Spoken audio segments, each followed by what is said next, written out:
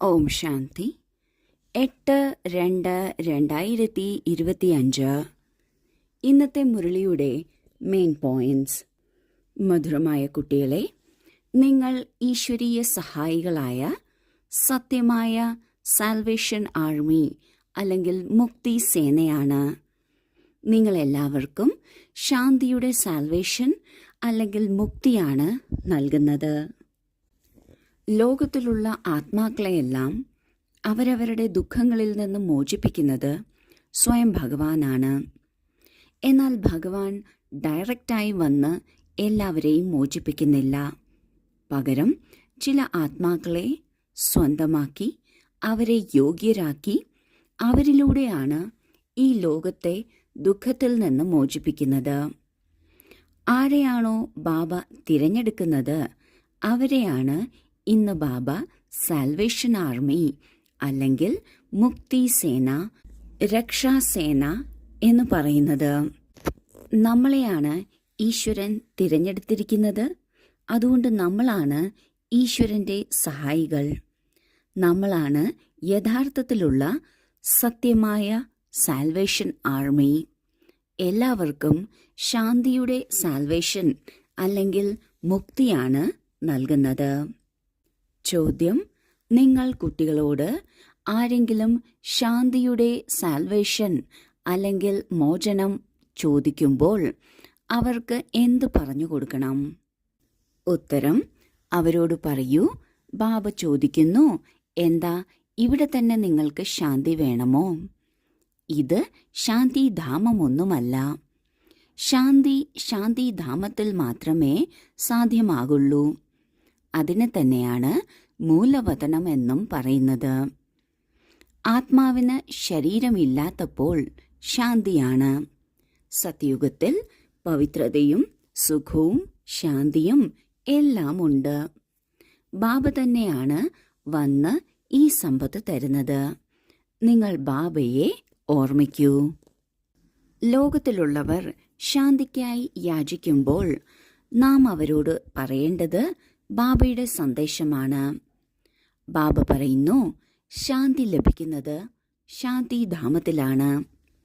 എപ്പോഴാണോ നാം ശരീരത്തിന്റെ എല്ലാ തരത്തിലുള്ള ബന്ധനങ്ങളിൽ നിന്നും മോചിതരാകുന്നത് അപ്പോഴാണ് ശാന്തി ലഭിക്കുന്നത്. ആ ശാന്തി നിറഞ്ഞ ലോകമാണ് ശാന്തിധാമം. അതുതന്നെയാണ് ആത്മാക്കളുടെ മൂലസ്ഥാനം. അതിനാൽ അതിനെ മൂലവതനം എന്നും പറയുന്നു. എന്നാൽ സത്യയുഗത്തിലാണെങ്കിൽ പവിത്രതയുമുണ്ട്, സുഖവുമുണ്ട്, ശാന്തിയുമുണ്ട്. ശാന്തിധാമത്തിൽ ശാന്തി മാത്രമാണ്. ബാബ വന്ന് ശാന്തിധാമത്തിന്റെയും സത്യയുഗത്തിന്റെയും സമ്പത്ത് നൽകുന്നു. ആർക്കാണോ ഈ സമ്പത്ത് വേണ്ടത് അവർ ബാബയെ ഓർമ്മിക്കുകയാണ് വേണ്ടത്. ശാന്തി വേണമെങ്കിൽ ശാന്തി ലഭിക്കുന്നു. സത്യയുഗത്തിലെ ശ്രേഷ്ഠ പദവി വേണമെങ്കിൽ അതും ബാബ തരുന്നു. ഒറ്റ കാര്യം മാത്രമേ ഉള്ളൂ, ബാബയെ ഓർമ്മിക്കണം. ധാരണയ്ക്കുള്ള മുഖ്യസാരം: 1. 5 തത്വങ്ങൾ കൊണ്ടുണ്ടാക്കിയ ഈ ശരീരങ്ങളെ കണ്ടുകൊണ്ടും ഓർമ്മിക്കേണ്ടത് ബാബയെയാണ്. ഒരു ദേഹധാരിയോടും ഒരു ചായ്വ് ഉണ്ടാകരുത്. ഒരു വികർമ്മവും ചെയ്യരുത്. 2. ഈ ഉണ്ടാക്കപ്പെട്ടിട്ടുള്ള നാടകത്തിൽ ഓരോ ആത്മാവിനും അനാദിയായ പാർട്ടാണ്. ആത്മാവ് ഒരു ശരീരം വിട്ട് മറ്റൊന്ന് എടുക്കുന്നു. ഇതിനാൽ ശരീരം വിടുന്നതിനെക്കുറിച്ച് വിഷമിക്കരുത്. മോഹജീത്ത് ആകണം. ആദ്യത്തെ പോയിന്റിൽ ബാബ പറയുന്നു, ഈ ശരീരം 5 തത്വങ്ങൾ കൊണ്ടുണ്ടാക്കിയതാണ്. ഈ ശരീരം ഇവിടെ നിന്ന് ലഭിച്ചതാണ്. നമ്മുടെ സ്വന്തമല്ല. നമ്മൾക്കുപയോഗിക്കാനായി തരുന്നതാണ്. അതുപയോഗിച്ച് തിരിച്ചു കൊടുക്കേണ്ടതാണ്. ഇങ്ങനെയുള്ള ശരീരത്തിനോട് മമത്വം ഉണ്ടായിരിക്കരുത്. ഈ ശരീരങ്ങളെ കണ്ടുകൊണ്ടും ബാബയെ തന്നെയാണ് ഓർമ്മിക്കേണ്ടത്. ഒരു ദേഹധാരിയോടും ചായ്വോ പ്രത്യേക സ്നേഹമോ ഉണ്ടായിരിക്കരുത്.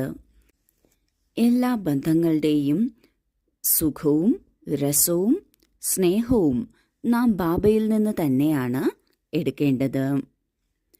നമ്മളുടെ കർമ്മേന്ദ്രിയങ്ങളിലൂടെ ഒരു വികർമ്മവും സംഭവിക്കരുത്. രണ്ടാമത്തെ പോയിന്റിൽ ബാബ പറയുന്നു, ഇത് ഉണ്ടാക്കപ്പെട്ടിട്ടുള്ള നാടകമാണ്. അതായത് പുതുതായിട്ടൊന്നും ഉണ്ടാക്കിയെടുക്കാൻ സാധിക്കില്ല. പ്രത്യേകിച്ച് മറ്റുള്ളവരുടെ കാര്യത്തിൽ നാമല്ല തിരഞ്ഞെടുക്കുന്നത് മറ്റുള്ളവരെന്ത് ചെയ്യണം എന്ന്. നമുക്ക് നമ്മുടെ കർമ്മം മാത്രമാണ് തിരഞ്ഞെടുക്കാൻ സാധിക്കുന്നത്.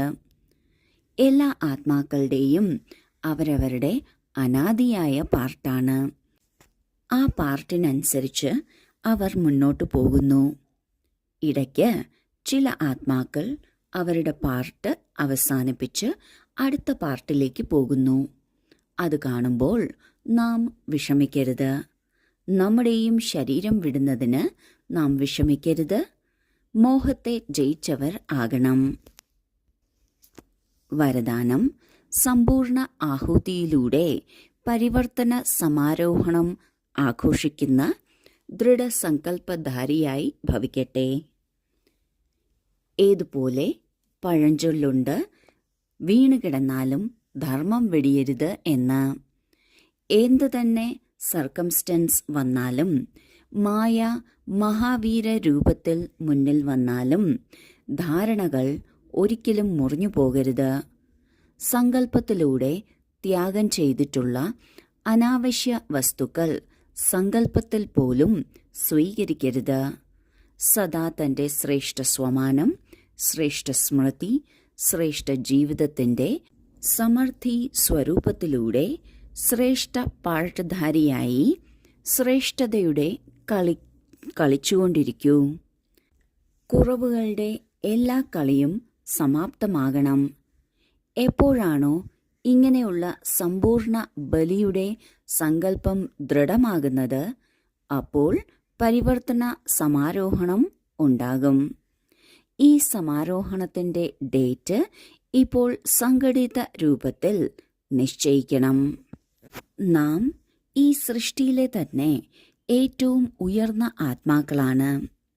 നമ്മൾക്കെങ്ങനെയാണ് ഈ മൂല്യം വന്നു ചേർന്നത്? ഈ സംഗമയുഗത്തിൽ ബാബ നൽകുന്ന ശ്രീമതം നമ്മുടെ ജീവിതത്തിൽ പാലിക്കുന്നതുകൊണ്ടാണ് നമ്മൾക്കിത്രയും മൂല്യമുള്ളത്. ആ നിയമങ്ങൾ, ധാരണകൾ എന്ത് സംഭവിച്ചാലും മുറിഞ്ഞു പോകരുത്, അതായത് ലംഘിക്കരുത്. ഈ കാര്യം ഒരു പഴമൊഴിയിലൂടെ കേൾപ്പിക്കാറുണ്ട്. ഭൂമിയിൽ വീണുകിടന്നാലും നമ്മുടെ ധർമ്മം വെടിയരുത് എന്ന്. എങ്ങനെയുള്ള പരിതസ്ഥിതിയാകട്ടെ, മായ വളരെ വികരാള രൂപത്തിൽ വരട്ടെ, എന്നാലും നമ്മുടെ നിയമങ്ങൾ, ധാരണകൾ മുറിഞ്ഞു പോകരുത്. നമ്മൾ ത്യാഗം ചെയ്തിട്ടുള്ള ആവശ്യമില്ലാത്ത കാര്യങ്ങളെ സങ്കല്പത്തിൽ പോലും നാം എടുക്കരുത്. എപ്പോഴാണോ ഇങ്ങനെയുള്ള ശ്രേഷ്ഠ സ്വമാനം, സ്മൃതി ജീവിതത്തിൻ്റെ അർത്ഥവത്തായ സ്വരൂപമാകുന്നത്, അപ്പോൾ നാം ശ്രേഷ്ഠ പാർട്ട്ധാരിയാകുന്നു. അതിലൂടെ ശ്രേഷ്ഠതയുടെ കളി കളിക്കാനും തുടങ്ങുന്നു. എല്ലാ കർമ്മത്തിലും, എല്ലാ ചിന്തയിലും ശ്രേഷ്ഠത നിറഞ്ഞു നിൽക്കുന്നു. ഇങ്ങനെയുള്ള സന്ദർഭത്തിൽ കുറവുകളുടെ കളിയെല്ലാം സമാപ്തമാകും. എപ്പോഴാണോ ഇങ്ങനെ തൻ്റെ കുറവുകളെ സമ്പൂർണമായും ബലിയർപ്പിക്കാം എന്ന സങ്കല്പം ദൃഢമാകുന്നത്, അപ്പോഴാണ് പരിവർത്തന സമാരോഹണം ഉണ്ടാകുന്നത്. സ്ലോഗൻ: റിയൽ ഡയമണ്ടായി തൻ്റെ വൈബ്രേഷന്റെ തിളക്കം വിശ്വത്തിൽ പരത്തൂ. ഓം ശാന്തി.